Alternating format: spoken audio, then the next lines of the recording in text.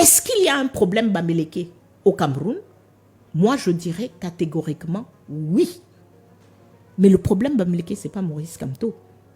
Mais Le ça peut problème, être la continuité de ce non, problème-là. le problème Bamileke est un problème qui date des indépendances du Cameroun. Bon après-midi, chers auditeurs de la 93.7 FM Mirror Radio. Nous sommes encore en direct ce mardi pour parler de l'actualité liée à la prochaine échéance électorale au Cameroun. Présidentielle 2025, c'est votre programme, c'est notre programme et nous sommes déjà en direct avec notre invité de ce jour. C'est une dame qui, depuis plus d'une décennie, combat pour la libération du Cameroun et surtout pour la liberté. Elle est avec nous cet après-midi, Madame Edith Kabawala. Bonsoir et bienvenue. Bonsoir, un plaisir d'être à Miroir Radio pour la toute première fois. Merci d'avoir accepté notre invitation. Oui, c'est un plaisir. Alors avec vous, on va parler de ces élections présidentielles, de l'actualité autour de ces élections. Rappelons que vous êtes présidente du CPP. Vous avez été candidate à l'élection présidentielle de 2011. Vous êtes une activiste politique. On aimerait savoir pourquoi pas déposer votre candidature en 2025. Alors, pour le Cameroun People's Party que je préside, nous avons fait 2 élections. Nous avons fait l'élection de 2011 et nous avons fait l'élection de 2013, qui était une élection municipale et législative. Personnellement, j'ai fait 3 élections. J'ai fait l'élection en 2007. En plus, en ce moment-là, j'étais avec le SDF. Donc, au bout de ces 3 élections, pour nous, c'était très, très clair. Le parti au pouvoir, le RDPC, a inféodé toutes les institutions du Cameroun et a une mainmise sur le système électoral de telle sorte que on ne peut pas le battre par les élections. Le RDPC contrôle, comment dire, vous allez à un tournoi, j'aime expliquer ça en termes de football parce que les Camerounais comprennent bien le football. Donc, on va à un tournoi de foot et nous sommes 10 équipes. Il y a une équipe qui a le contrôle sur comment est-ce qu'on dessine le terrain. Et il a mis le terrain sur une pente. Lui, il est en haut de la pente et les 9 autres équipes sont en bas. Lui, il a le contrôle de décider qui seront les arbitres, qui sera l'arbitre de touche, qui sera l'arbitre central. Et comme par hasard, les personnes qu'il nomme à ces postes d'arbitre, ce sont ses anciens joueurs, c'est-à-dire des gens qui jouaient dans son équipe. Jusqu'au jour où ils sont nommés, d'ailleurs. Ensuite, en ce qui concerne les supporters, c'est toujours cette même équipe qui a le contrôle de la vente des billets. Donc, c'est lui qui décide à qui il vend de billets, combien de billets il vend. Et le comble de tout ça, il ne communique pas. C'est-à-dire que vous êtes en train d'aller jouer un match, vous ne savez pas combien de supporters vous avez dans le stade. Vous ne connaissez même pas le jour du match. C'est lui qui est le seul à connaître le jour du match. Alors, je pose toujours cette question aux Camerounais. Si le Cameroun partait à la CAN, à une CAN pareille, est-ce que vous accepterez que notre équipe aille? Et la réponse est bien évidemment non. Non. Donc, nous sommes arrivés au stade au Cameroun où le problème, à mon avis, ce n'est pas le RDPC. Le RDPC fait la même chose depuis 43 ans. Et le RDPC est d'ailleurs l'enfant de l'UNC qui a fait la même chose 22 ans avant lui. Donc, on est 65 ans avec des gens qui nous manipulent, qui n'arrivent pas à gérer le pays, qui ont des résultats de gouvernance catastrophiques. Et à chaque fois, on espère. Moi, je ne sais pas qu'est-ce qu'on est en train d'espérer. Qu'est-ce qu'on est en train d'espérer? le RDPC va changer, qu'ils vont dormir la nuit et se dire peut-être qu'ils seront un peu plus transparents. Pourquoi ils seraient plus transparents? Est-ce que ce n'est pas une invitation de votre part au parti d'opposition de ne pas aller aux élections, le boycott des élections, comme l'a fait le MRC d'ailleurs en 2020? Chers parents, réservez le meilleur pour vos bolichons en cette rentrée scolaire. Nous vous proposons le kit spécial Bonne Rentrée. Ce kit est constitué d'un manteau contre la pluie. Avec ce manteau, votre super-héros va défier les intempéries. Une gamelle constituée de plusieurs assiettes, une cuillère et une fourchette. Votre chouchou mangera toujours chaud à la récréation. Une goude qui conservera de l'eau loin des microbes. Une ardoise électronique dernière génération accompagnée de son stylo magnétique. Avec cette ardoise, l'apprentissage devient facile. Vous trouverez également dans notre kit un parapluie super solide et 4 livres qui permettront à vos enfants d'apprendre tout en s'amusant. Livres de mathématiques, de dessins, d'alphabet et de comptes. Chers parents, arrachez-vous ce kit dès maintenant au prix promotionnel de 10 000 francs CFA seulement. Appelez dès maintenant 694 46 70 29 ou encore 673 97 92 20. Écoutez, le boycott des élections n'est pas une solution non plus. Parce que on n'est pas face à des gens qui...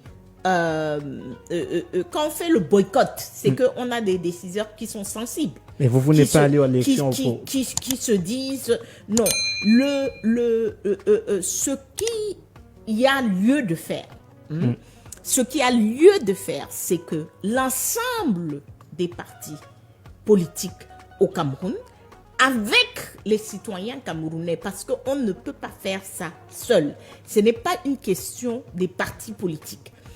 On va y revenir. Aujourd'hui, les Camerounais font comme si les partis politiques, ils font justement comme si c'était un tournoi, comme si les partis politiques sont là et que eux, ils ont un rôle d'observateur. Non. Je suis arrivé d'ici depuis Bali. Nous sommes à Akwa.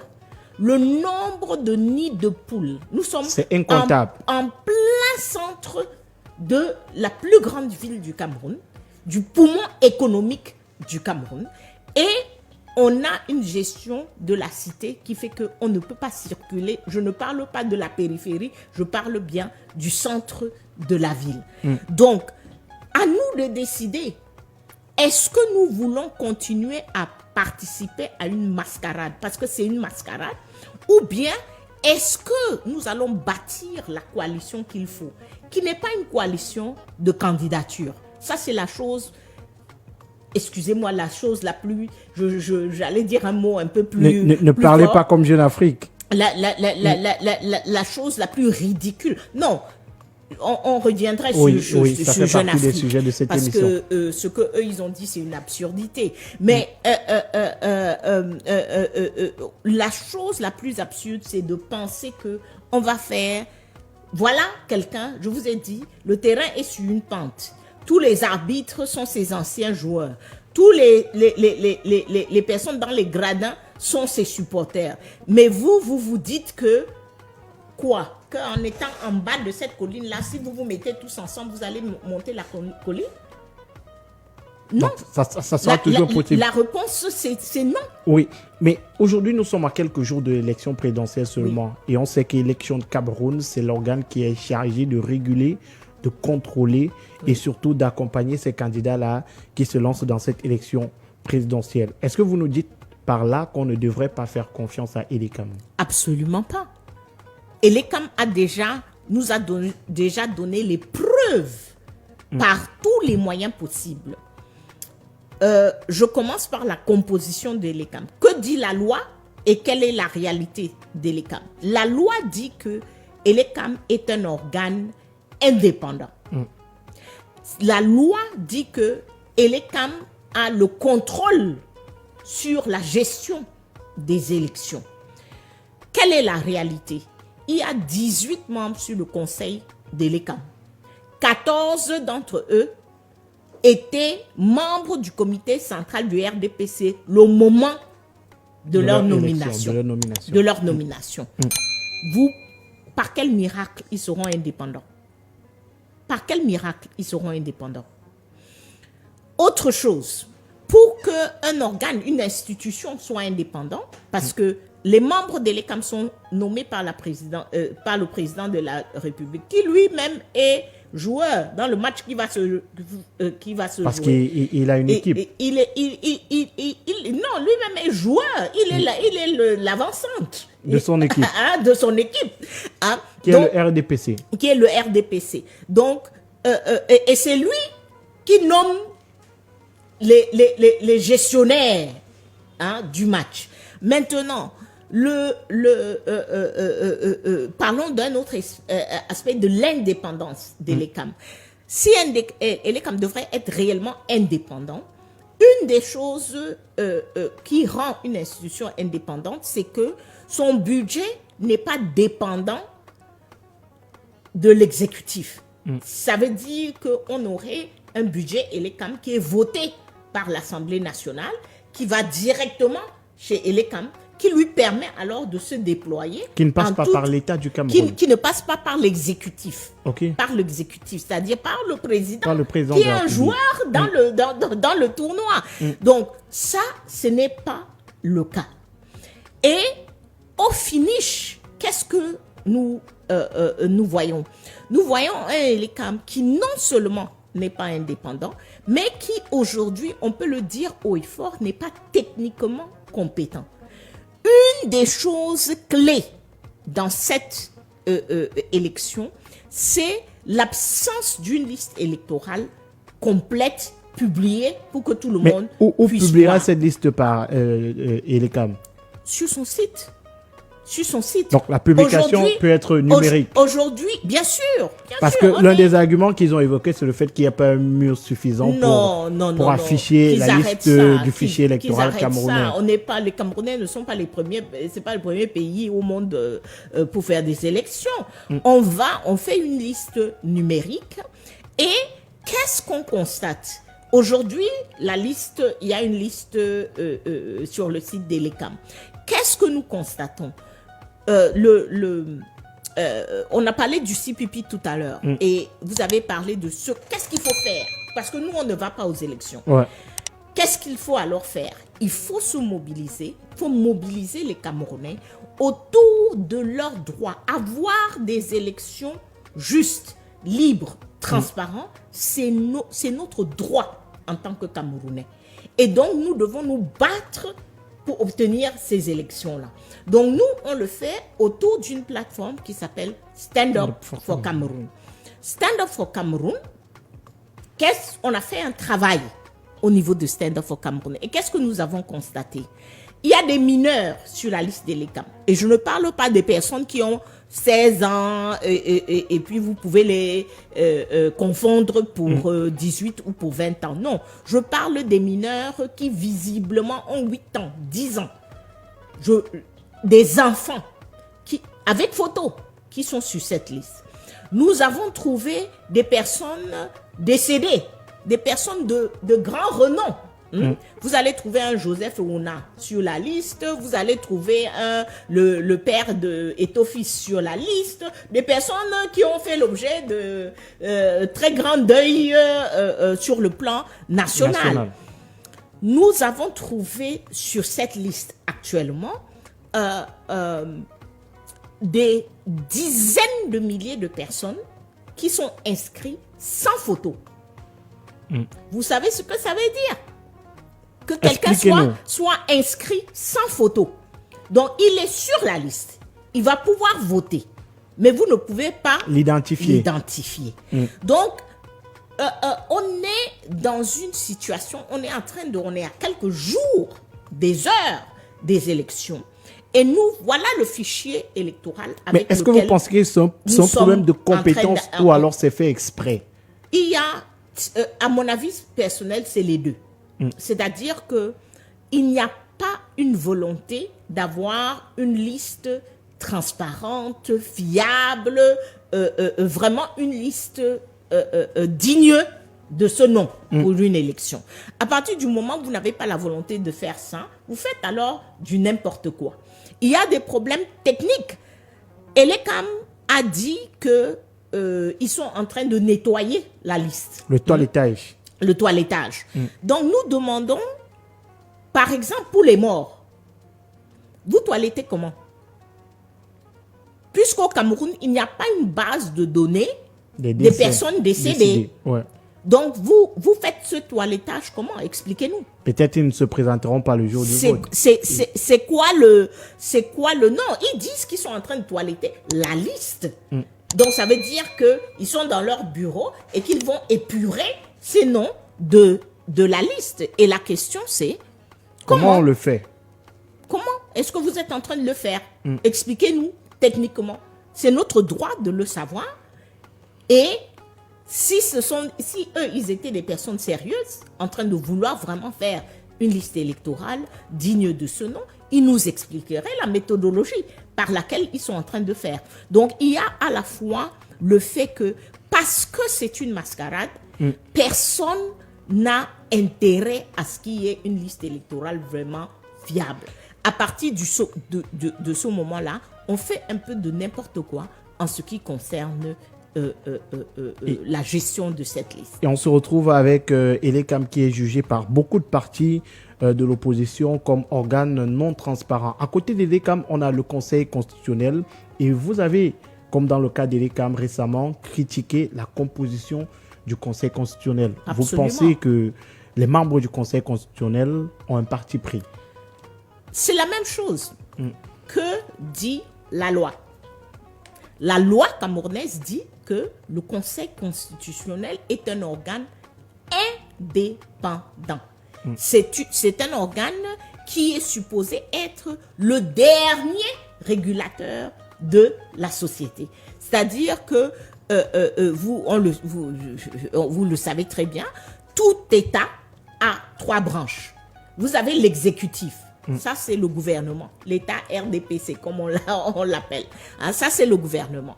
Maintenant, vous avez le législatif. Donc, ça, c'est l'Assemblée nationale et puis le Sénat. C'est eux qui sont chargés de voter les lois qui nous gouvernent. Et vous avez le judiciaire.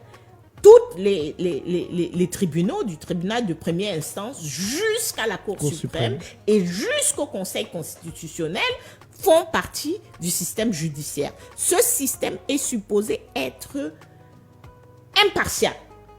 C'est supposé, selon la loi, c'est supposé, nul n'est supposé avoir de préférence devant la loi. On est tous égaux devant la loi. C'est ça en théorie. Qu'est-ce qu'on trouve dans la pratique à tous les niveaux, en commençant par le premier instance jusqu'au niveau du Conseil constitutionnel? Nous avons une pratique où c'est le président qui nomme les juges. Ce qui fait que maintenant, ces personnes-là s'estiment redevables. D'abord, le Conseil constitutionnel a 11 membres. 10 sur les 11 étaient membres du RDPC au moment de leur nomination. Le président a eu une opportunité récemment, il y a moins d'1 an, où, à cause de décès d'un des membres, il avait la possibilité de nommer quelqu'un de neutre. Non, il est allé chercher une sénatrice en fonction du RDPC pour la nommer au niveau du Conseil constitutionnel. Donc, on est vraiment... les mots manquent pour décrire l'absurdité, le cinéma, la mascarade dans lequel nous nous retrouvons et sur lequel on est en train de donner le nom, l'étiquette élection. C'est pas une élection. Dans tous les cas, l'élection se fera le 12 octobre prochain et elle se fera sans Maurice Kamto. L'on sait que la candidature de Maurice Kamto a récemment été rejetée par Elekam, puis par le Conseil constitutionnel pour pluralité d'investiture. Et vous faites partie de ceux qui ont ouvertement critiqué cette décision. Pour vous, la loi n'a pas été dite. J'ai critiqué cette décision parce que, et pour moi, c'est moins la décision en question, et plus globalement le système électorale. C'est-à-dire que moi, j'ai été candidate en 2011, comme vous le savez. C'est après nous, parce que quand moi j'ai été candidate, il y a eu quelques candidatures surprises auxquelles le système ne s'attendait pas. Je vous décris bien un système qui est sous contrôle. PowerHealth, toute la puissance de la pharmacopée africaine au service de votre santé. Avec PowerHealth, dites désormais adieu à de nombreux problèmes de santé générale, des troubles de la sexualité, des problèmes d'infertilité et même des problèmes d'obésité. PowerHealth, à travers ses 4 différents produits, a des solutions à tous vos problèmes. Avec PowerHealth, luttez efficacement contre le mal de nerfs, mal de nez sciatique, paludisme, typhoïde, fièvre jaune, mal de rein, mal de dos, mal de genoux, hémorroïdes internes et externes. Avec PowerHealth Plus, luttez contre les problèmes de conception, ménopause précoce, règles douloureuses, douleurs au bas-ventre, kystes, myomes. Avec PowerHealth Renfort, combattez efficacement la faiblesse sexuelle, les reprises lentes, l'érection molle, sperme de mauvaise qualité. Et avec PowerHealth Action, adieu à l'hypertension artérielle, le diabète, l'obésité et le surpoids. PowerHealth, c'est des produits à base de plantes naturelles et sans effet secondaire. Contact 689 88 23 02. Avec PowerHealth, c'est la santé assurée. Je vous décris bien un système qui est sous contrôle. Où on maîtrise tous les facettes du système. En 2011, il y a eu des surprises. Il y a eu ma candidature que personne n'attendait. Il y a eu, si vous êtes peut-être trop jeune pour vous rappeler de ça, il y a eu Monsieur Jean Djega, qui était un peu comique. Et on l'a vu sur les plateaux de télé. C'était un peu comme s'il s'amusait avec tout le processus. Donc, mon impression, et ça n'en tient qu'à moi, je n'ai pas de fait pour soutenir ça, mais mon impression est que les personnes qui contrôlent le système là, ils se sont dit, mais attends, ces gens sont sortis d'où? Comment ça se fait qu'on a des candidatures qu'on n'attendait pas, on ne pensait pas que ces candidatures peuvent venir. Donc, ils sont allés en 2012 faire une loi, parce que la loi date de 2012, la loi qui dit que il faut avoir un élu pour présenter une candidature à l'élection présidentielle. Cette loi n'a rien à y voir avec Maurice Kamto. Il n'était pas candidat parce que j'entends tout genre de choses. On a fait ça à cause de lui. Non, non, pas du tout. C'est en 2012 que cette loi, Monsieur Kamto est allé aux élections en 2018 avec cette loi. C'est avec cette loi qu'il est allé. En ce moment-là, il avait un élu. Donc, mais c'est cette loi-là qui est injuste. Quand moi je décris déjà une loi qui a pour intention d'éliminer certains et de donner plus de contrôle au RDPC. Quand on vous dit qu'il faut avoir un élu, il y a un peu plus de 10 000 conseillers municipaux sur le territoire national. Plus de 90% sont du RDPC.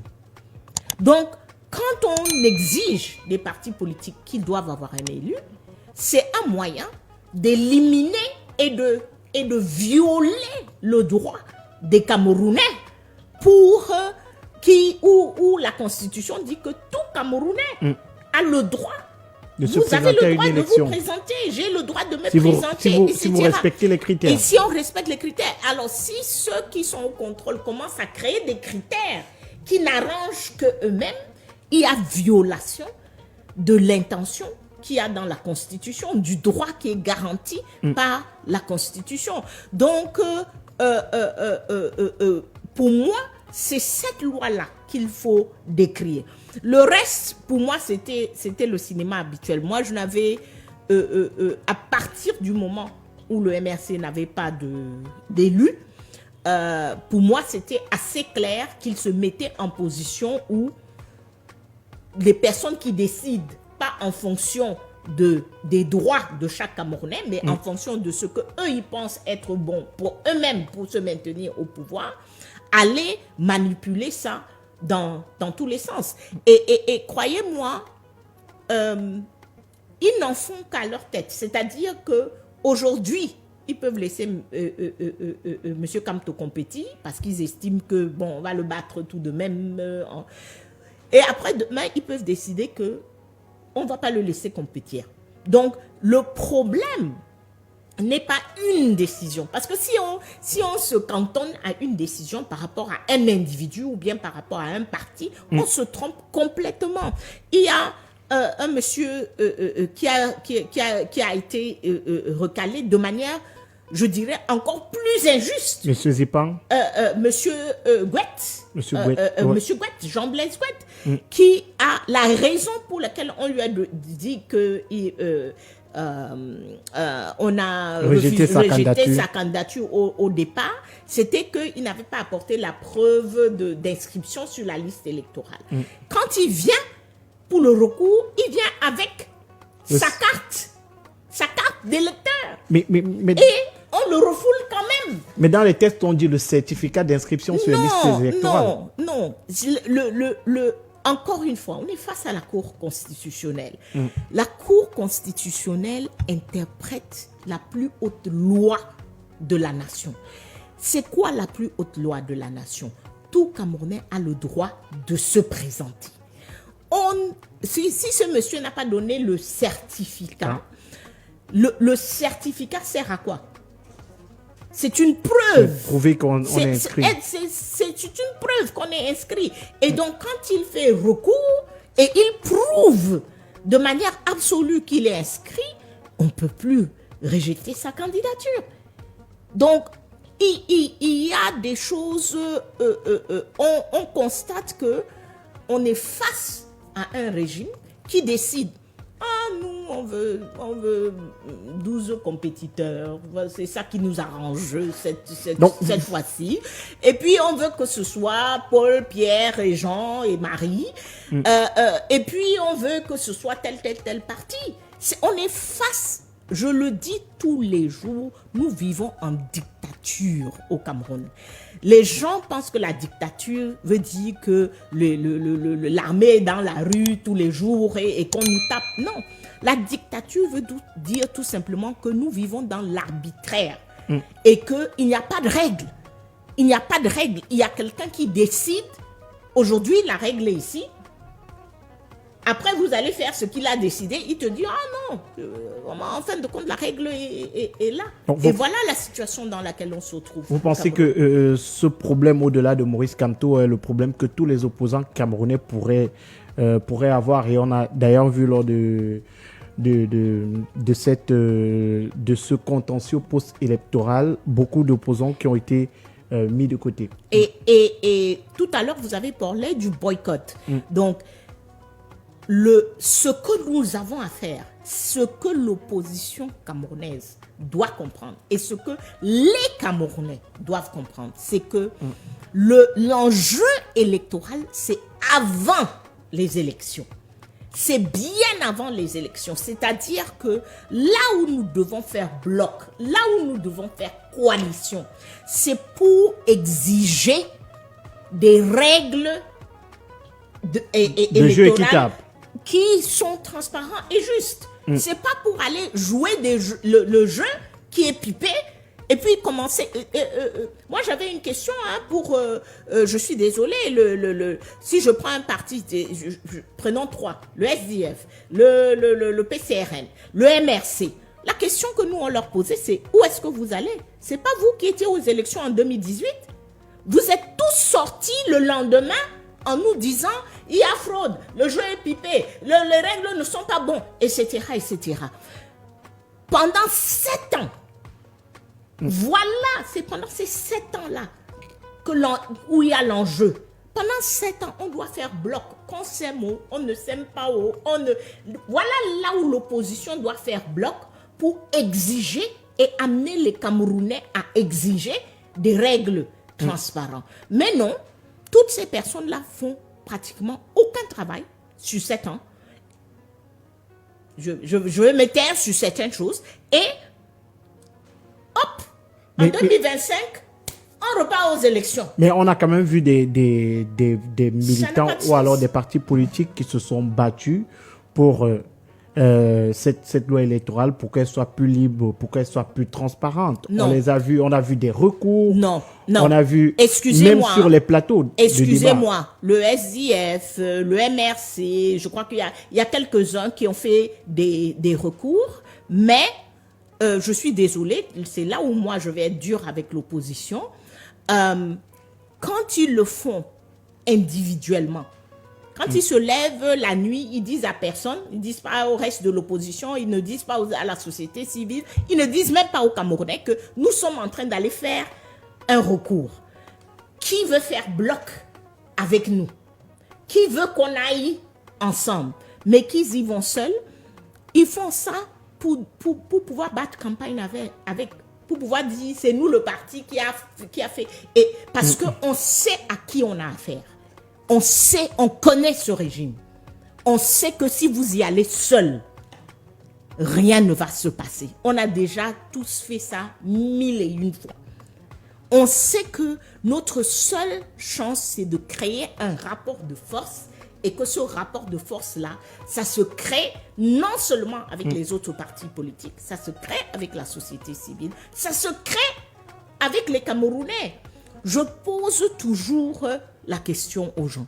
Vous êtes, comme je dis, très jeune. Ça fait partie d'une de nos faiblesses en tant que nation. C'est que la majorité de la nation est très jeune et a très peu de mémoire. Pourtant, pour d'autres nations, c'est leur force. Ça peut être une force, mais comme toute force, ça a son revers.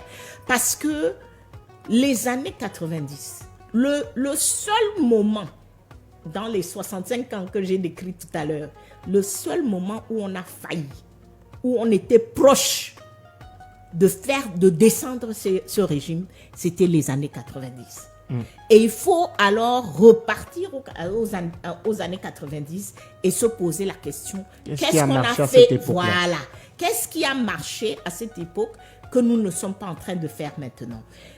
La chose la plus importante qui a marché, c'était que ce n'était pas un parti politique. C'était un bloc de partis politiques. Mais au finish, pourquoi ça n'avait pas réussi à cette époque-là? C'était la société civile ensemble, c'était la population. Aujourd'hui, les Camerounais, comme je dis, ils regardent la politique comme si c'était le football. Est-ce que vous pensez que ce n'est pas la crainte, ce n'est pas la peur? Parce qu'à un certain moment... Vous n'aviez pas plus peur aujourd'hui que nous, on en avait en 90. En 90, nous, on sortait du parti unique. On sortait du parti unique. Les années, aujourd'hui, on arrête les gens.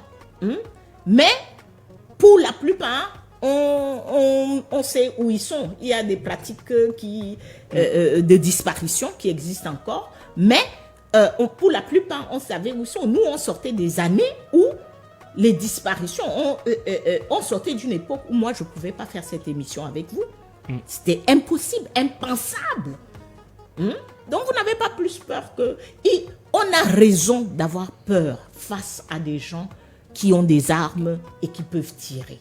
Mais cette peur-là doit nous amener à nous asseoir, à faire de la stratégie, à faire de la réflexion pour savoir comment on va vaincre malgré ça. Pourquoi? Parce qu'on doit avoir plus peur de celui qui a l'arme en face de moi. J'ai plus peur du Cameroun que je vois mourir. Le Cameroun est en train de mourir. Avant, on disait à petit feu, là, ça va, on est en train de galoper. Là. Donc, vous avez posé une question importante. Qu'est-ce qui n'a pas marché, en fin de compte, dans les années 90? Et moi, je vous dirais, on nous a trompés à la fin pour qu'on ait confiance aux élections. Mon plus grand regret, là je vais vous donner, je crois pas avoir dit ça sur un média, mon plus grand regret, en 92, moi et un ami à moi qui s'appelle Georges Chokokam, qui habite toujours ici à Douala, c'est nous qui avons écrit le dernier discours de Frondi, qu'il a lu au stade Amadou Ahidjo à Yaoundé. On avait plus de 100 000 personnes dans ce stade et dans la rue. C'est-à-dire que tout Yaoundé était à ce meeting. L'erreur qu'on a fait, c'était de ne pas marcher sur Etoudi ce jour-là. On avait le rapport de force. L'erreur qu'on a fait, c'est que tout le monde, les bailleurs de fonds, les partenaires étrangers, ah non, allez aux élections, à travers les élections, vous allez voir, etc., etc. Non, on partait aux élections avec des gens qui jouaient déjà ce jeu, qui continuent à jouer aujourd'hui. Voilà l'erreur qu'on a fait. Donc vous pensez que l'enjeu aujourd'hui, d'abord, c'est de rebâtir le rapport de force.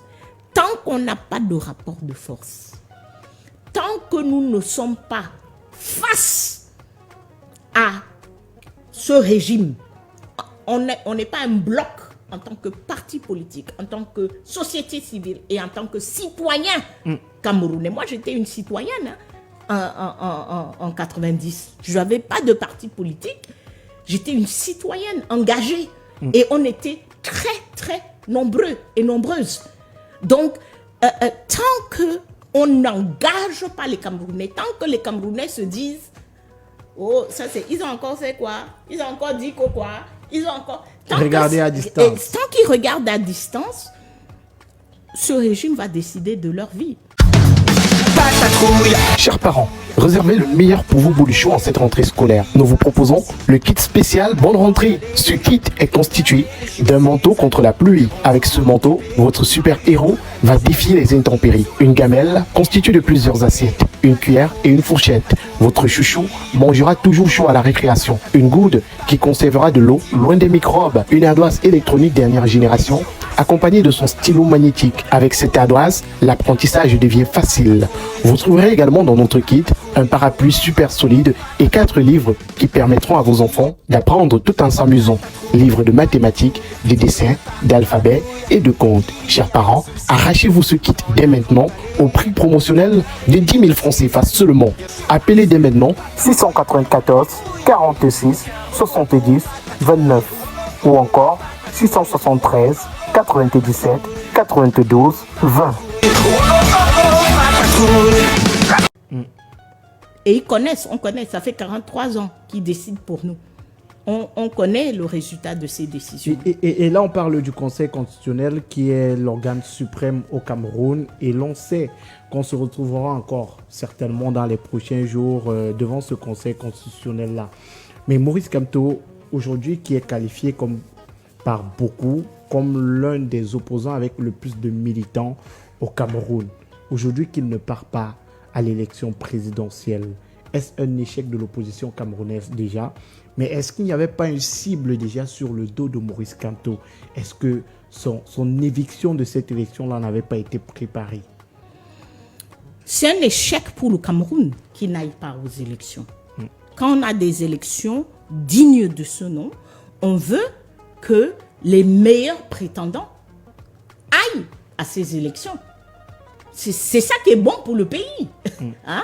Ce qui est bon pour le pays, c'est que les meilleurs d'entre nous aillent compétir et que la population puisse avoir un débat riche, puisse regarder qu'est-ce qu'elle dit, Madame Kawala. Ah, je crois que c'est elle qui a un bon point sur l'économie. Qu'est-ce qu'il dit, Monsieur Kamto? Ah non, mais lui, je vois que en ce qui concerne mes droits, c'est lui qui va préserver mes droits. Et qu'est-ce qu'il dit l'autre? C'est ça qu'on veut.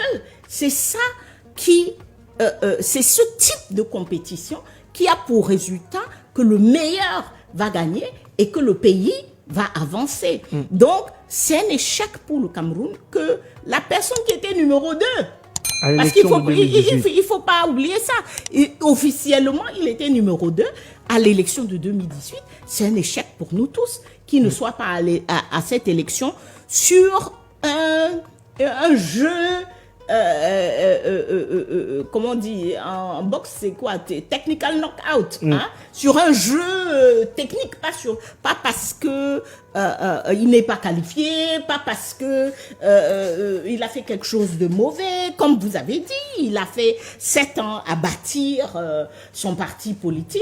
C'était le moment même de faire la démonstration, de montrer si oui ou non c'est un grand parti. Ou pas. Ou pas. Et c'est mauvais pour nous tous quand ça ne se passe pas. Mais c'est mauvais que Kawala ne soit pas à cette élection.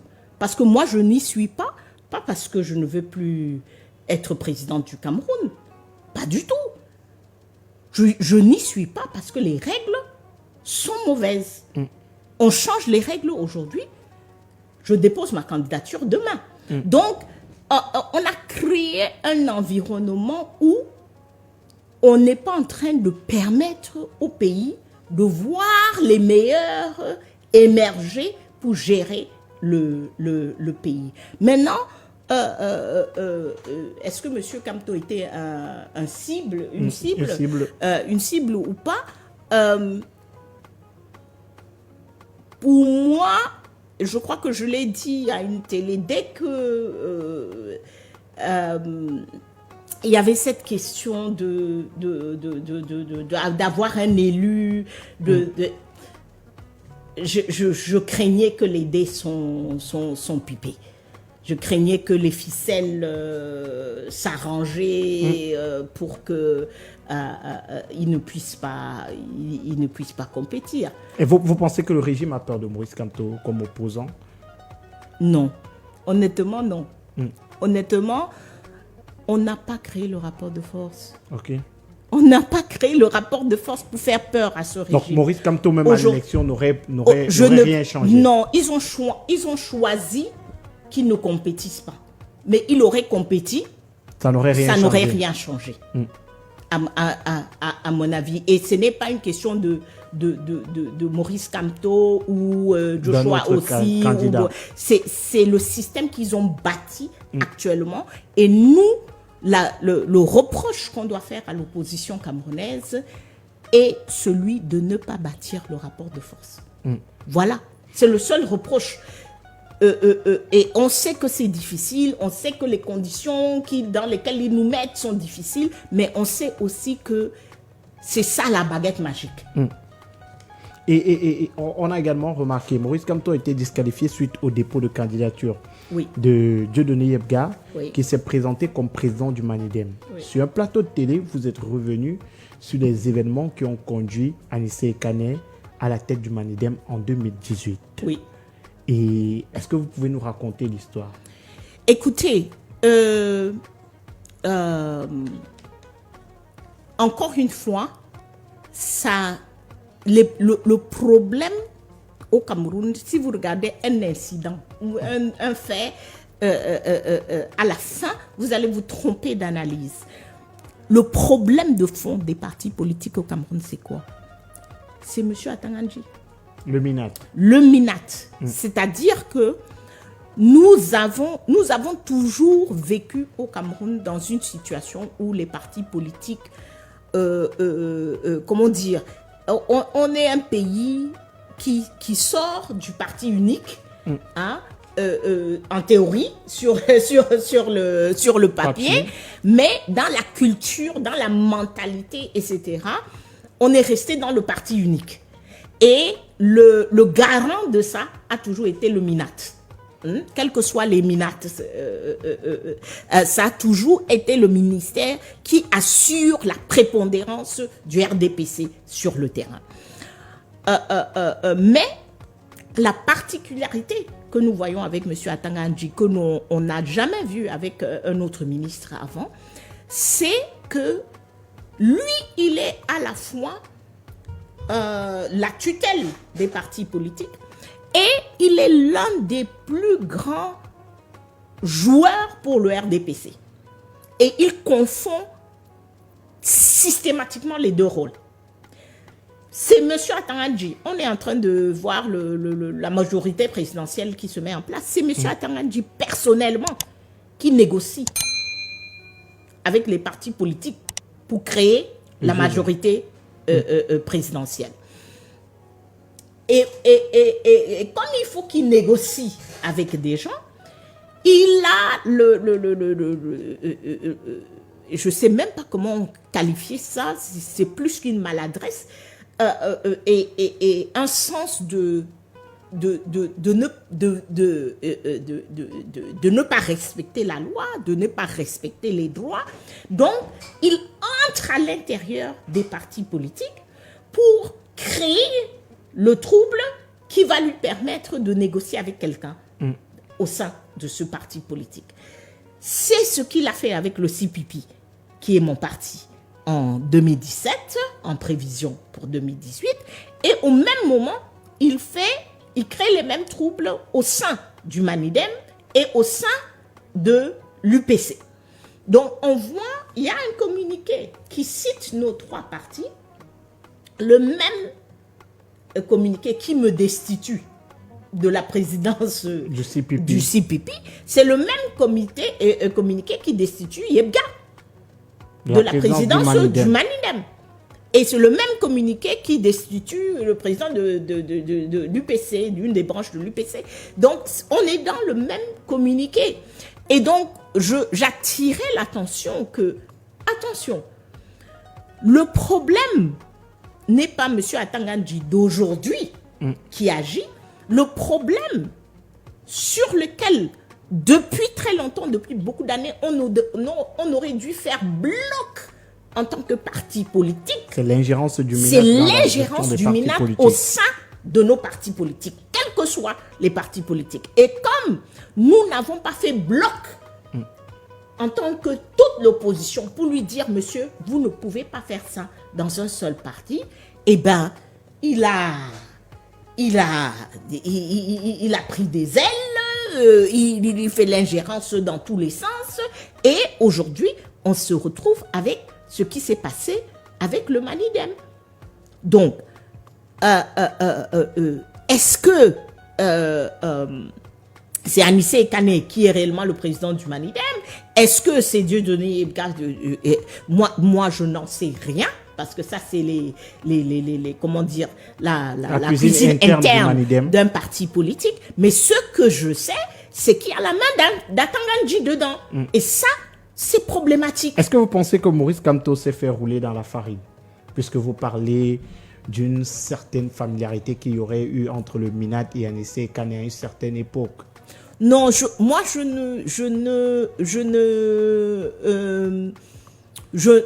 ne me prononce pas sur ça. Je ne sais même pas s'il y a des familiarités entre Anissé et Kane. Tout ce que je dis, c'est que ce qui avait visiblement à l'époque, c'est l'ingérence du MINAT.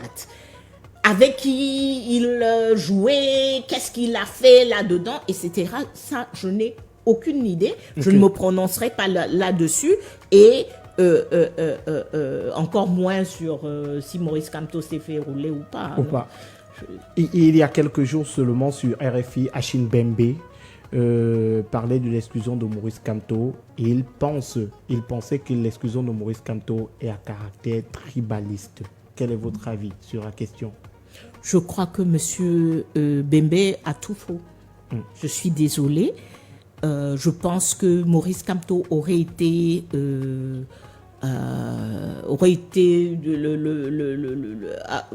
eu la même dynamique qu'il a et qu'il aurait été de l'Est, du Nord, il aurait été Betty même, qui se serait fait disqualifier. Écoute, il ne faut pas tout confondre. Il ne faut pas tout confondre. Nous sommes dans une dictature.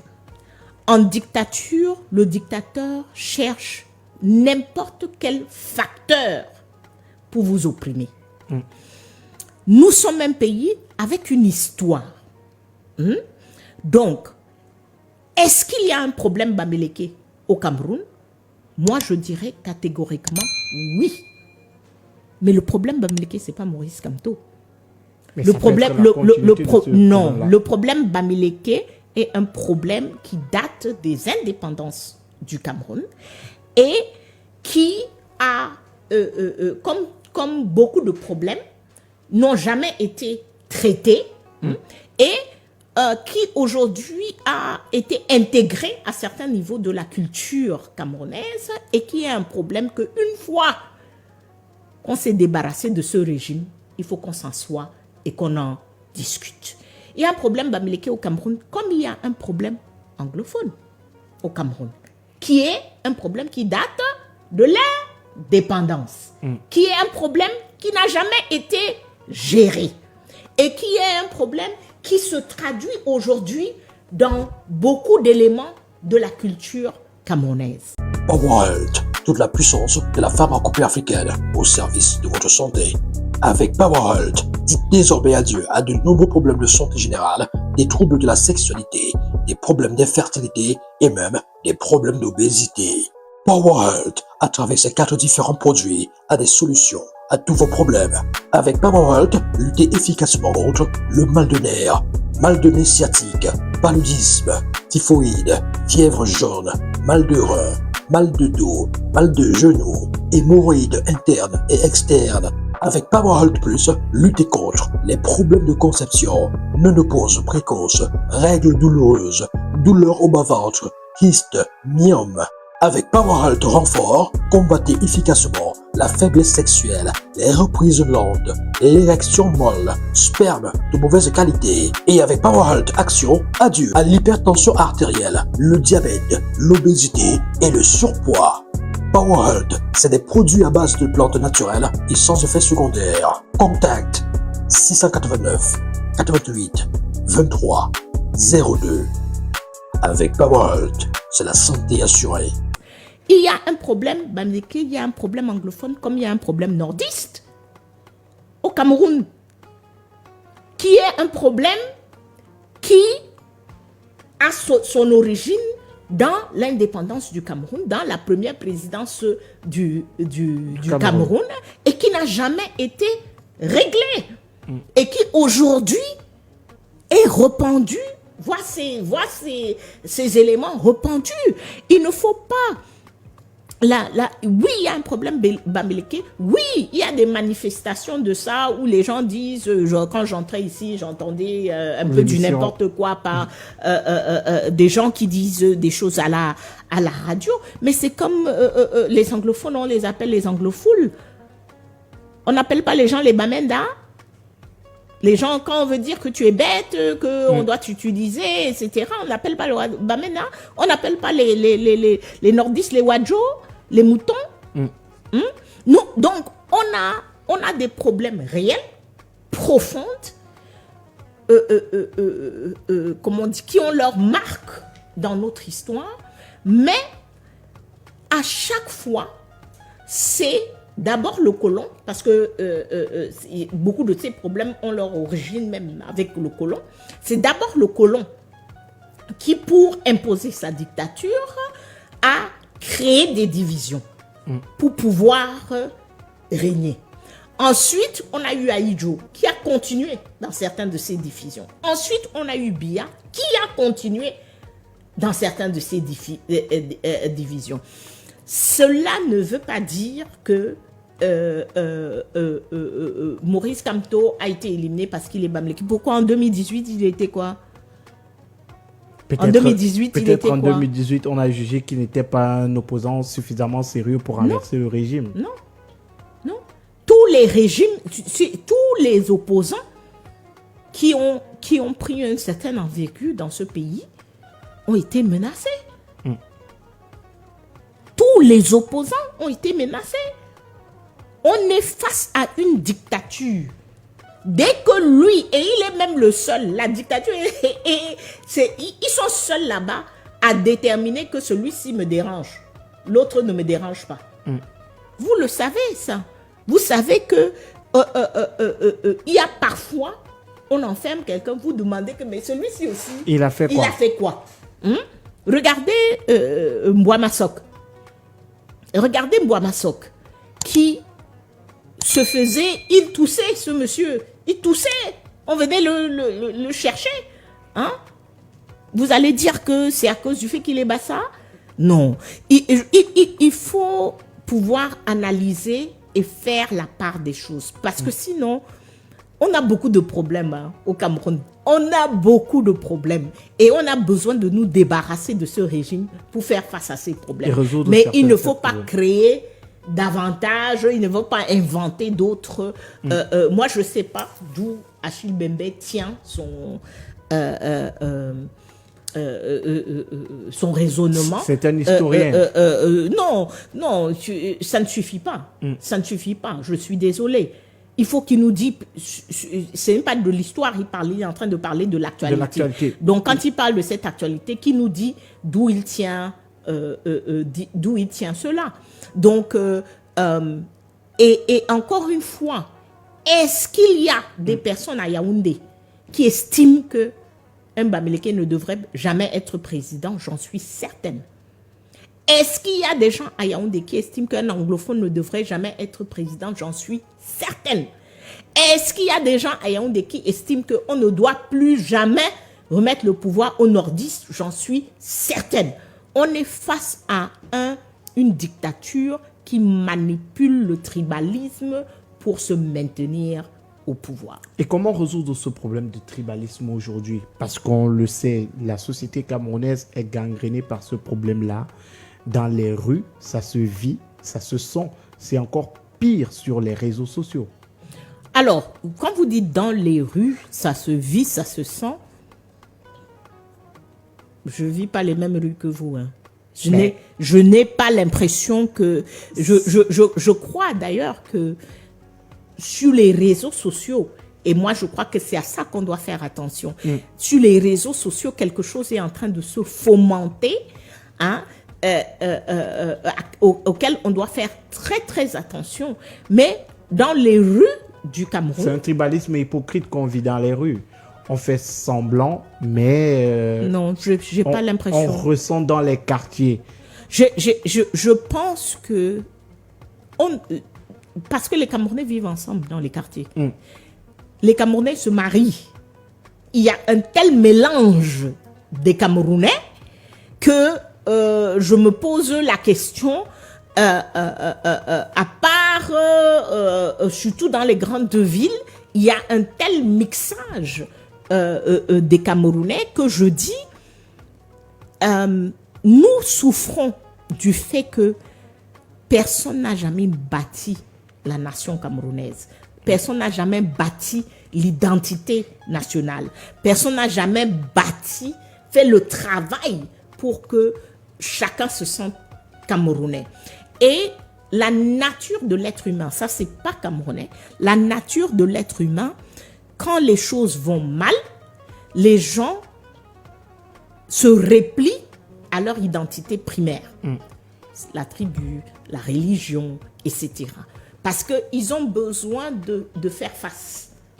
Donc, quand vous n'arrivez pas à trouver du travail, à trouver à faire manger vos enfants, à envoyer vos enfants à l'école, etc., vous cherchez quelque chose auquel vous pouvez vous agripper pour tenir.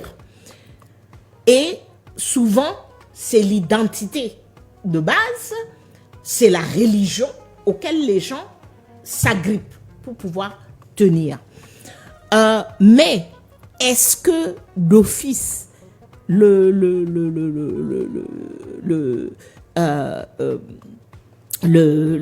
Bassa déteste le Béti? Est-ce que d'office le Béti est en train de détester le Haoussa? C'est pas mon expérience. C'est pas mon expérience. Moi, j'ai toujours vécu à Yaoundé et à Douala, qui sont des villes très cosmopolites. Et mon expérience, c'est pas ça. Je peux vous dire en tant qu'anglophone, ça fait partie des raisons pour lesquelles pendant la crise anglophone, quand les gens disaient les francophones nous ont, je dis mais attention, les anglophones courent pour aller où? Dans la zone francophone peut-être. C'est en zone francophone qu'ils sont en train d'aller. Et ça ne veut pas dire qu'il n'y a pas des petits frictions. Pas du tout. Ça ne veut pas dire qu'il n'y a pas de petites frictions. Ça ne veut pas dire qu'il n'y a pas de discrimination. Ça ne veut pas dire... Toutes ces choses existent dans notre société, mais ce que moi je vois dans les réseaux sociaux, par rapport à ce que je vis au Cameroun, moi je dis surtout à la diaspora, aux personnes qui ne vivent pas au Cameroun, s'il vous plaît, faites attention. S'il vous plaît, faites très attention. Vous pensez que la diaspora camerounaise est dangereuse? Parce que on a eu ça avec les anglophones en 2017. Les personnes qui ne vivent pas au Cameroun ont alimenté le feu, ont mis le feu, ont attisé, ont donné et ont fini par armer des gens. On n'a aucune solution au problème anglophone qui est réel et on a 10 000 corps alignés.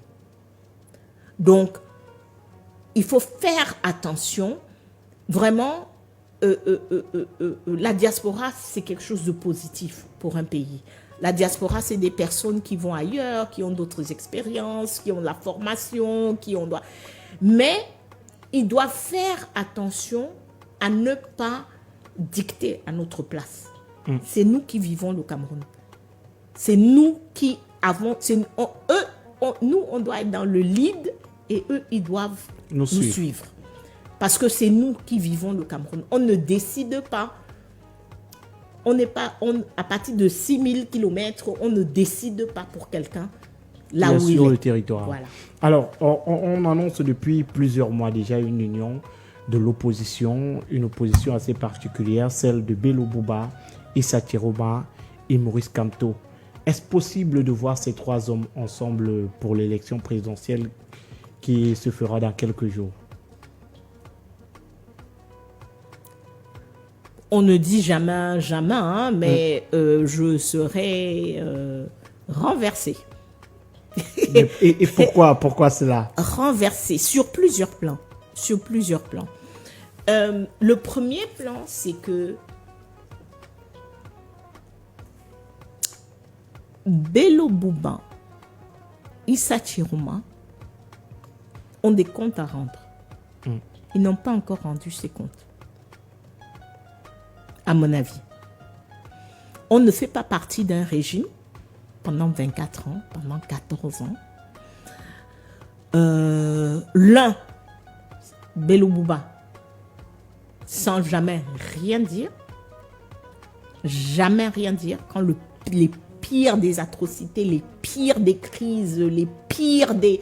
Tout ça se passe, vous êtes là, vous êtes calme, vous bénéficiez du régime et dans l'autre cas, M. Chiroma, quand vous êtes un acteur des premiers plans, c'est vous qui défendez les horreurs du régime, c'est vous qui expliquez les horreurs du régime, c'est vous qui nous traitez, nous les Camerounais, de fous et de folles. Parce qu'on est en train de vous dire les soldats ont tiré sur les gens, les soldats ont brûlé un village. Et vous êtes au premier plan pour nous dire que c'est au Mali, que c'est au Mali, que vous êtes un peu fou, etc., etc. Et puis hop, un beau matin, on se dit je fais plus partie du régime. Et d'ailleurs, Monsieur Biya, je l'ai pas vu depuis des mois ou des années ou je sais pas quoi. Et maintenant, je suis opposant. Moi, je suis personnellement nettement plus difficile que ça. En ce qui concerne l'avenir de toute une nation, je suis nettement plus difficile. Je ne peux pas accepter ça. Est-ce qu'on devrait faire confiance à ces hommes, Bello Bouba et Issa Chiroma, qui sortent fraîchement du régime? Ils doivent, comme je dis, ils ont des comptes à rendre. Si ils s'asseyent et qu'ils nous rendent des comptes, on va écouter. On va écouter et on va pouvoir juger. Mais un chèque en blanc, non, moi je ne donne pas. Je suis désolée. J'ai l'image de ces deux femmes tuées à bout portant. Leurs enfants, on a tiré sur leurs enfants. Qu'est-ce que moi je fais de la vie de ces personnes-là?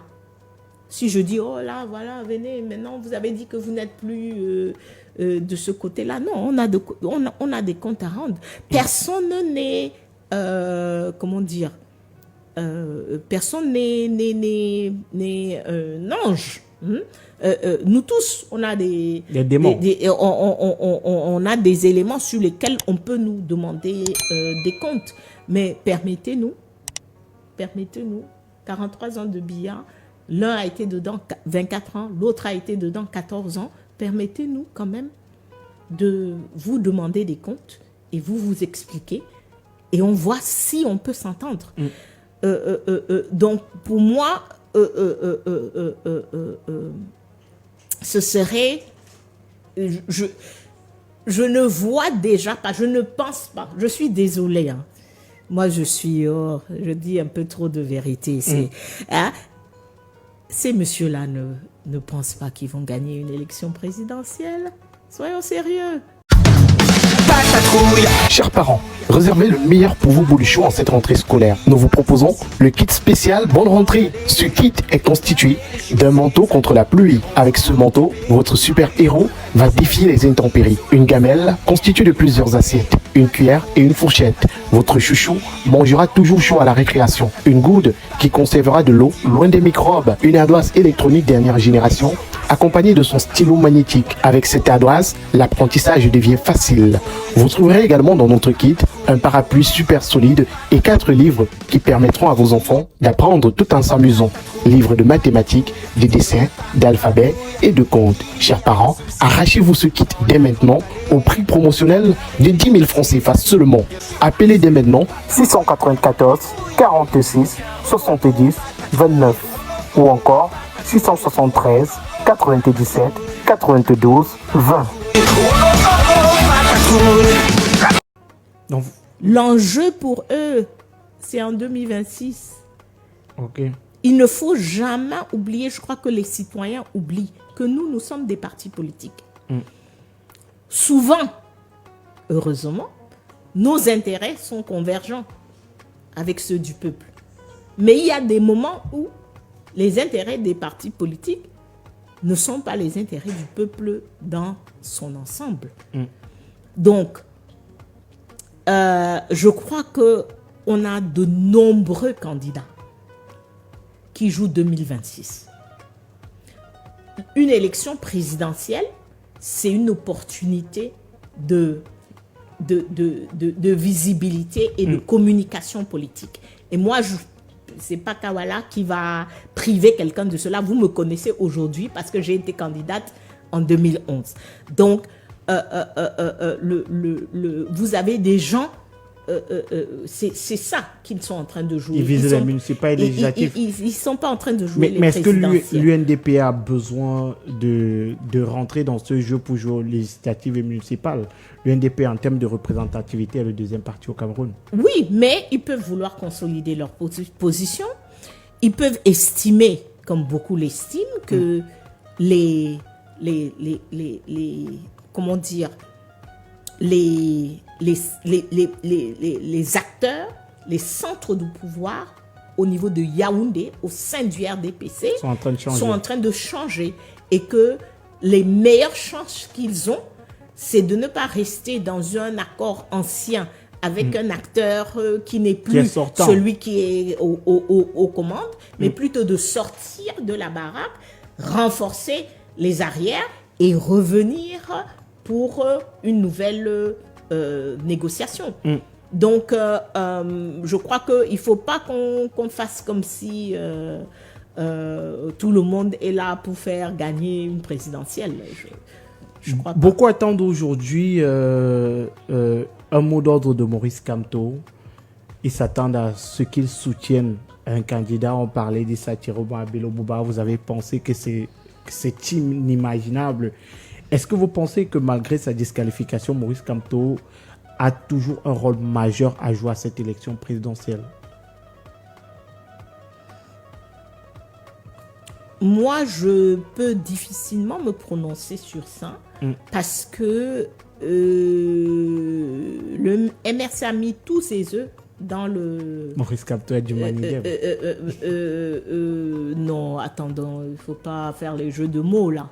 Le MRC. Ils ont mis tous leurs œufs, c'est d'ailleurs pour ça qu'il est au Manigem, ils ont mis tous leurs œufs dans le panier électoral. C'est ce que j'observe. Hein. Il n'y avait pas une carte de backup, il n'y avait pas une carte au cas où ça ne marche pas, au cas où ce n'est pas ça et tout. Ils ont mis tous leurs œufs dans ce panier-là, à ce qu'on puisse voir jusqu'ici. Et donc, je ne sais honnêtement pas. Vous parlez à quelqu'un, moi je suis une leader politique qui ne croit pas en ces élections. Je ne crois pas en ces élections. Et donc, est-ce qu'il a un rôle majeur à jouer? Qui va faire quoi? Il va dire que je suis pour tel candidat et le candidat va gagner. Oui, que ça fasse pencher la balance. Really, Cameroonians? Really? Vraiment? Hein? Mais vous aimez les discussions en l'air, là. Moi, je n'arrive pas à comprendre les Camerounais. Avec ce qu'on vient de vivre, avec le Conseil constitutionnel, avec le fait que Biya a sorti une nouvelle carte hier, en convoquant le Conseil régional, les élections régionales. C'est pas bon? Ça ne vous suffit pas pour que vous compreniez que le RDPC vous dit en face que c'est nous qui contrôlons les jeux, c'est nous qui contrôlons quand est-ce que ça va être joué, c'est nous qui contrôlons les joueurs. Et vous pensez que Kamto va faire quoi? Il va dire, oh, c'est lui qui est... Soyons sérieux. Aujourd'hui, les Camerounais attendent, ou une partie de l'opinion attend la coalition de l'opposition, la mise ensemble des forces. Et ça, c'est ce qui nous a mis dans ce pétrin. Il y a la faute à l'opposition, il y a la faute aux Camerounais. Il y a la faute aux Camerounais parce que cette idiotie, c'est une idiotie de candidature unique. Que le RDPC, c'est une carte du RDPC, hein, il a réussi à dire aux Camerounais que si l'opposition ne fait pas de candidature unique, c'est que c'est une mauvaise opposition. On parle d'un régime qui a pipé toutes les règles. Et au lieu que les Camerounais regardent ces règles-là, au lieu que les Camerounais soient matin, midi et soir en train de demander des comptes au régime pour lui dire pourquoi les gens n'ont pas leur droit politique. Vous voulez qu'on aille à une élection et vous ne voulez pas que les gens tiennent des réunions dans leur siège. Voilà la question. Les Camerounais sont en train de poser la question sur des candidatures uniques. Voilà la question. Posez la question. Nous, au niveau du CPP, un parti qui ne part même pas aux élections, on a encerclé notre siège combien de fois sur les 12 derniers mois? On fait une conférence sur les finances publiques. Allez hop, on a encerclé le siège. On fait un vendredi en noir. Allez hop, on a encerclé le siège. Vous voulez que les gens aillent aux élections dans ces conditions-là? Les seules questions à poser, c'est des questions à poser au régime. Et ce n'est pas une question... Cette fausse idée qu'on a mis dans la tête des Camerounais, que si l'opposition et que, j'allais vous dire, Jeune Afrique... Qui a dit au Cameroun l'opposition la plus bête d'Afrique. C'était une question posée. Oui, excusez-moi, hein, quelle connerie de titre. Hein? Du n'importe quoi. Ça, c'est vraiment du n'importe quoi. En plus d'un magazine qui passe son temps à mettre en couverture les barons du régime de Yaoundé. Hein? Vraiment, eux, là, qui nous excusent. Non, qui nous excusent. Écoutez, il n'y a pas... Toute l'opposition se mettrait en place, ensemble, candidature unique. Et qu'on ait les règles qu'on a. Et qu'on ait le fichier électoral qu'on a. Et qu'on ait la participation des Camerounais qu'on a. Parce qu'il ne faut pas oublier que, moi je vous ai dit, le seul enjeu, c'est le rapport de force. Et dans tout l'ensemble du système électoral, il n'y a pas de rapport de force. Mais est-ce que parce que les Camerounais n'y sont pas. Mais est-ce que la coalition là ne pourrait pas créer la mutualisation même du peuple camerounais? Parce qu'aujourd'hui, le peuple est divisé à travers les partis, les idéologies. Oui, mais pour qu'elle marche, il aurait fallu la faire il y a 5 ans. Donc il est trop tard pour que l'opposition camerounaise se mette ensemble. Ça n'aura pas d'impact. Qu'est-ce que ça va impacter? Puisque le problème n'est pas dans les candidats, le problème est dans le système. Le problème est dans le système. Donc, le fait de mettre 3 candidats ensemble face à un système qui est complètement encore sous le contrôle du RDPC, ça va faire quoi? Ce qui est important aujourd'hui, ce qui est très important aujourd'hui, par contre, et c'est sur quoi nous, on travaille au niveau de Stand Up for Cameroun, chaque Camerounais, inscrit, pas inscrit, doit se lever aujourd'hui pour poser des questions par rapport aux règles électorales. Chaque Camerounais, quand nous disons on va aller questionner Elecam aujourd'hui, chaque Camerounais devrait être avec nous pour demander à Elecam qu'est-ce qui se passe avec notre fichier électoral. Voilà nos biens communs. Voilà les choses qui nous appartiennent. Vous avez parlé de budget électoral tout à l'heure. Le budget électoral ne sort pas de n'importe où. C'est vos impôts. C'est l'argent du contribuable. C'est vos impôts, c'est mes impôts. Donc, on a le droit de savoir comment Elecam fonctionne, comment le Conseil constitutionnel. Là où on doit poser les questions, c'est comment est-ce qu'un Conseil constitutionnel, sur les questions électorales, qui sont pleinement, selon la loi, sous sa responsabilité, va nous dire qu'il n'a pas le compétence. Qui va avoir compétence? Qui dans la nation? Voilà les questions que les Camerounais doivent poser.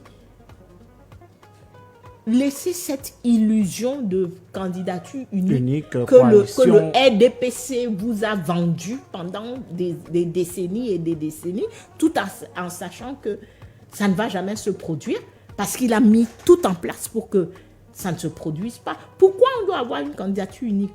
Pourquoi on n'a pas l'élection à 2 tours? This is the question. Ça aurait pu changer beaucoup de choses. Que les Camerounais revendiquent avec 2 fois l'énergie avec laquelle ils revendiquent la candidature unique, ils revendiquent l'élection à 2 tours. Nous sommes les derniers Africains. Partout sur ce continent, tout le monde fait les élections à 2 tours. Pourquoi on doit être les derniers? Mais que peut faire l'opposition aujourd'hui pour renverser le pouvoir en place? Nous sommes à quelques jours de l'élection présidentielle. Absolument. Utiliser les meetings pour informer et éduquer les Camerounais. Là où nous devons nous mettre ensemble, il faut une coalition. N'oublie pas, je dis il faut une coalition, mais pas pour une candidature unique. Il faut une coalition aujourd'hui qu'on se mette ensemble pour dire il faut des bonnes règles pour qu'on puisse avoir les élections que les Camerounais méritent. Éduquons les Camerounais, renforçons les Camerounais. La force vient du nombre. Vous avez parlé tout à l'heure de la peur. La peur est réelle et elle est justifiée. Mais quand on est 10 000, impossible de nous arrêter. On arrête les gens parce qu'ils sont 50, parce qu'ils sont 100. Quand on est 10 000, impossible de nous arrêter. Donc, éduquons la population, permettons à la population d'entrer dans ses droits, de savoir que, élection, pas élection, nous avons droit à des bonnes règles électorales. Inscrit, pas inscrit, on n'est pas dans un jeu que vous devez observer maintenant, que vous voulez regarder, non. Entrez dans les jeux, rejoignez les mouvements. Venez, quand on vous dit que venez en formation, pour comprendre le système et préparons l'action d'ensemble. Si nous n'arrivons pas à agir ensemble pour peser, c'est littéralement une question physique. C'est-à-dire que notre poids de 30 millions de Camerounais doit peser sur le petit groupe de quelques milliers de personnes qui nous empestent la vie. Le budget électoral a été défini, 15 millions de francs CFA, et certains partis de l'opposition crient au scandale. Vous, que pensez-vous de ce budget-là? Est-ce suffisant pour mener une bonne campagne électorale? C'est plus que ridicule. C'est plus que ridicule. Je peux vous dire, moi j'ai battu campagne en 2011, ça fait 14 ans maintenant, et nous avons dépensé près de 300 millions de francs CFA. Il y a 14 ans. 300 millions. Oui, il y a 14 ans. Je donne un exemple. les gens parlent de contrôler le vote, n'est-ce pas? Qu'il faut mettre des scrutateurs dans chaque bureau pour qu'il n'y ait pas de tricherie, etc., etc. Il y a environ 25 000 bureaux de vote sur le territoire national. Pour mettre un scrutateur dans un bureau de vote, de manière à ce qu'il puisse être fonctionnel, ça veut dire que vous avez payé son transport, ça veut dire que vous lui avez donné un peu de crédit téléphone. Non, attendez, avant de manger, boire, parce qu'il faut qu'il fasse son travail. Parce que s'il est là-bas, il constate quelque chose et qu'il faut qu'il appelle, il faut qu'il communique. Donc, il faut le transport, il faut le crédit téléphone, il faut de l'eau à boire, il faut quelque chose à manger pour la journée. En moyenne, vous allez dépenser 10 000 francs par personne pour que votre scrutateur soit réellement fonctionnel. 10 000 francs, faites le calcul, 10 000 francs fois 25 000. Ça veut dire que pour le jour du vote, pas pour la campagne, pour le jour du vote, si vous voulez contrôler les 25 000 bureaux de vote, il vous faut 250 millions. Pendant ma campagne, nous, on avait dépensé ce jour-là 50 millions. Pour contrôler, on avait contrôlé environ 12 000, environ la moitié des bureaux de vote sur le territoire national. Donc, c'est pour vous dire ce que ça coûte. Et quand on parle de 15 millions, je ne sais pas qu'est-ce que les gens vont faire avec. C'est les t-shirts d'un meeting. C'est les t-shirts, si vous voulez que tout le monde à un meeting soit habillé.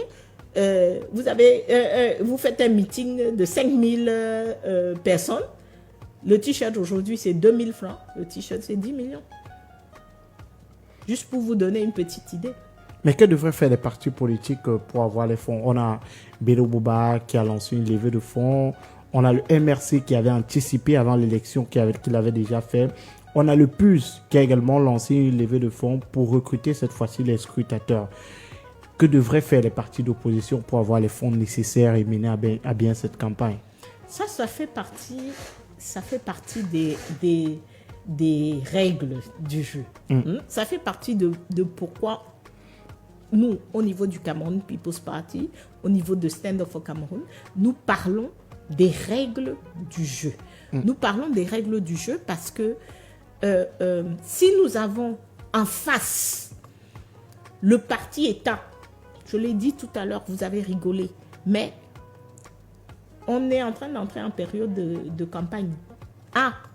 J'ai été invitée à une conférence à l'étranger et il y avait une délégation camerounaise. Et après une semaine de travail, je ne voyais plus la délégation camerounaise. Je leur ai demandé, mais qu'est-ce qui s'est passé, les Camerounais? Ils m'ont dit, non, ils nous ont dit qu'il y a des élections chez eux. J'ai dit, ils sont du ministère, qu'est-ce que...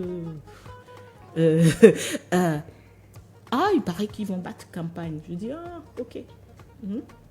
Donc, tous les fonctionnaires, dans quelques semaines, là, certains ont déjà commencé, ils sont déjà en train d'aller au village tous les week-ends, là.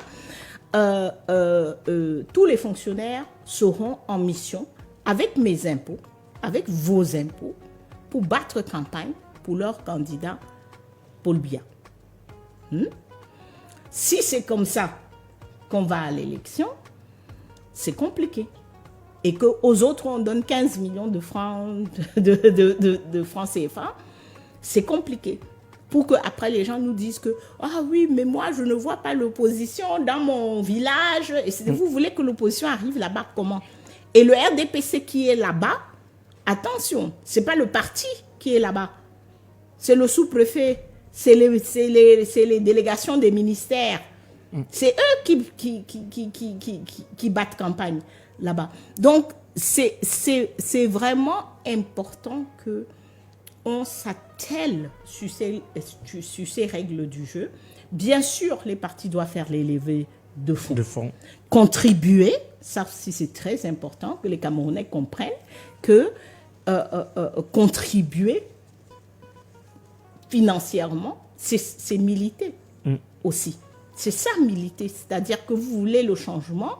Eh bien, si vous buvez 6 bières dans la semaine, réduisez. Vous privez d'1 ou 2 bières et vous donnez cet argent-là à votre parti politique pour pouvoir fonctionner. Parce qu'il n'y a pas de miracle. Il n'y a pas de miracle. Les gens s'attendent à ce que les mêmes personnes qui sacrifient, qui font tellement de sacrifices dans notre système, quel que soit l'opposant sérieux, c'est un travail de sacrifice. Que vous soyez d'accord avec cette personne ou pas. Vraiment,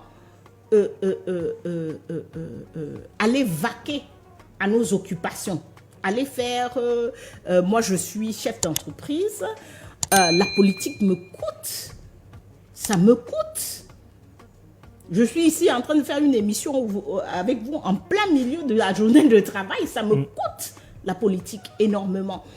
PowerHealth, toute la puissance de la pharmacopée africaine au service de votre santé. Avec PowerHealth, dites désormais adieu à de nombreux problèmes de santé générale, des troubles de la sexualité, des problèmes d'infertilité et même des problèmes d'obésité. PowerHealth, à travers ses 4 différents produits, a des solutions à tous vos problèmes. Avec PowerHealth, luttez efficacement contre le mal de nez sciatique, paludisme, typhoïde, fièvre jaune, mal de rein, mal de dos, mal de genoux, hémorroïdes internes et externes. Avec PowerHealth Plus, luttez contre les problèmes de conception, ménopause précoce, règles douloureuses, douleurs au bas-ventre, kystes, myomes. Avec PowerHealth Renfort, combattez efficacement la faiblesse sexuelle, les reprises lentes, l'érection molle, sperme de mauvaise qualité. Et avec PowerHealth Action, adieu à l'hypertension artérielle, le diabète, l'obésité et le surpoids. PowerHealth, c'est des produits à base de plantes naturelles et sans effet secondaire. Contact 689 88 23 02. Avec PowerHealth, c'est la santé assurée. Toutes les personnes que vous voyez là qui font l'opposition, les gens pensent, oh, ils font ça pour l'argent, etc. Pour la plupart, ils gagneraient plus d'argent à ne pas faire la politique que d'en faire.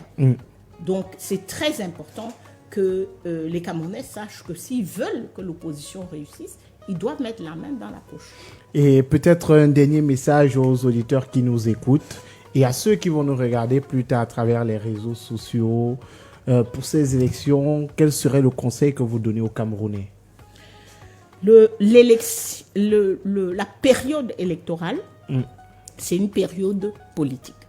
Donc, c'est un moment où il faut quitter le stade en tant que spectateur et entrer dans le jeu. Pour nous, au niveau de Stand Up for Cameroun, au niveau du Cameroun People's Party, l'enjeu, c'est pas les candidats, c'est pas qui va... C'est les règles du jeu. C'est en ce moment-ci que nous devons les revendiquer. C'est pas après l'élection, c'est maintenant que nous devons revendiquer. C'est maintenant que nous devons mettre pression sur les camps, que nous devons mettre pression sur le Conseil constitutionnel. Donc, pour les Camerounais, quittez vos fauteuils. Je sais que les Camerounais, ce sont des grands analystes, ce sont des grands coachs qui savent exactement ce que chacun devrait faire. Comme vous savez là, venez dans nos partis politiques, venez dans nos mouvements. On a besoin de personnes, on a besoin de main-d'œuvre, on a besoin de travailler ensemble. Vous voulez la coalition, entrez dans les mouvements politiques et créez cette coalition-là. Voilà. Merci à vous, Madame Kawala, de nous avoir accordé cette interview. Merci à vous, c'était un grand plaisir. Merci à vous également qui nous avez suivis cet après-midi. On se donne rendez-vous dimanche lorsqu'il sera 10h et mardi encore à 16h. Portez-vous bien. Bonne suite de programme sur Mirror Radio 93.7 FM.